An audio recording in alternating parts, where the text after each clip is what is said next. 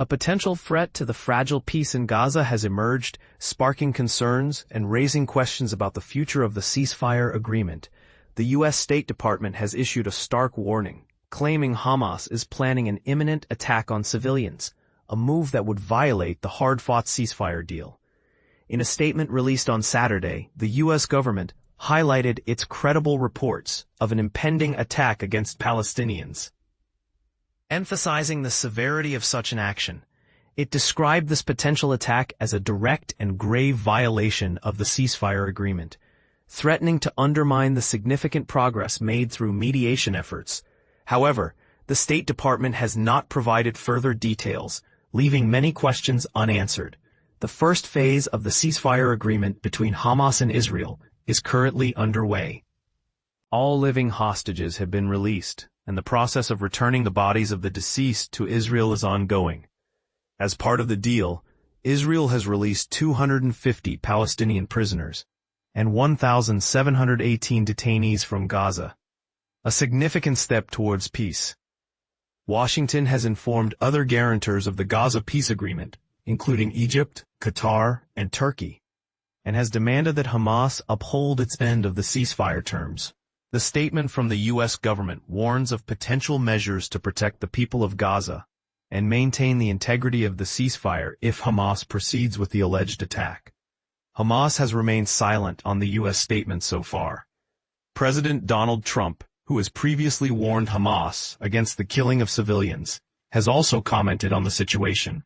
In a post on Truth Social, he stated that if Hamas continues to target civilians, the U.S. may have no choice but to take action.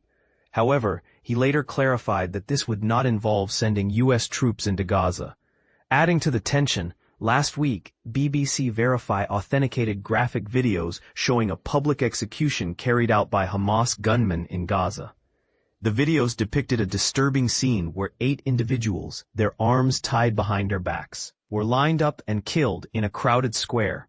While the identity of the masked gunmen could not be confirmed, some wore green headbands associated with Hamas.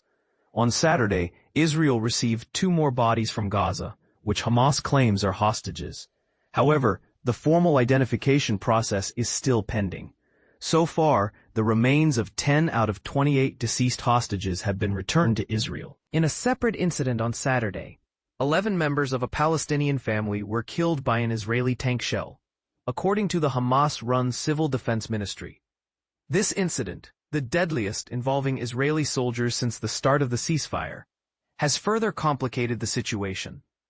The Israeli military claims that soldiers fired at a suspicious vehicle that crossed the so-called yellow line demarcating the area still occupied by Israeli forces in Gaza. However, the absence of physical markers for this line and the lack of clarity on whether the bus crossed it have led to questions and requests for more information from the IDF. The Israeli military's campaign in Gaza was launched in response to the 7th of October 2023 attack, where Hamas-led gunmen killed approximately 1,200 people in southern Israel and took 251 hostages. Since then, at least 68,000 people have lost their lives due to Israeli attacks in Gaza, according to the Hamas-run Health Ministry, whose figures are considered reliable by the UN.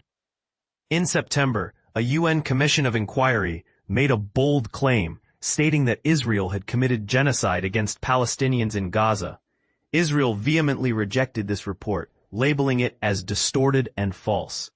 This complex situation raises many questions and concerns. What will be the outcome of the alleged Hamas attack? How will the ceasefire agreement be impacted? And most importantly, will peace prevail, or will this lead to further escalation? These are the critical issues that the world is watching closely. What are your thoughts on this delicate situation? Feel free to share your opinions and engage in a respectful discussion in the comment section.